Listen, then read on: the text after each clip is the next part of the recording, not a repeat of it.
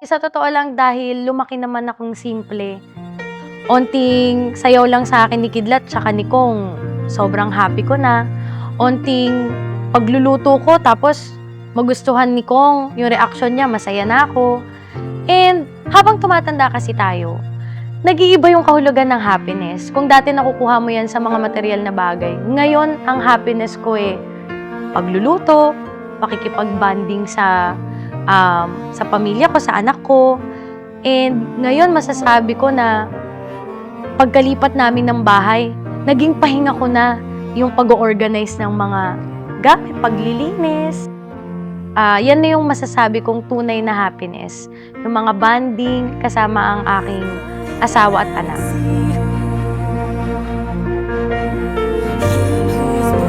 Para sa akin, ang tunay na kahulugan ng happiness is yung makasama at makabanding mo yung pamilya mo. And sobrang thankful ko dahil ganito yung trabaho na meron ako. Dahil flexible siya, hindi ko kailangan laging umalis. At kung aalis man ako, andyan yung mga taong nakapaligid sa akin para tulungan ako at gabayan.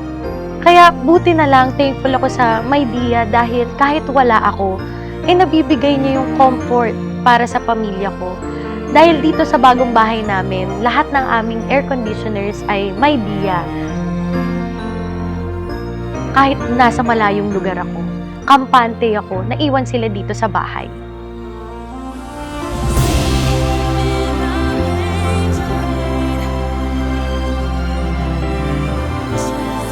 Lagi ka lang maging kontento and grateful. Madaling maging masaya kapag kontento kayo. At lagi mong i-appreciate yung mga bagay na meron ka kesa sa wala. Sometimes we just need to appreciate simple things. Kagaya ng sabay-sabay kayo kakain, di ba? Sabay-sabay kayo matutulog ng komportable, magbabanding kayo. Ayan yung mga simpleng bagay pero yan yung tunay at pangmatagalan na magpapasaya sa puso mo.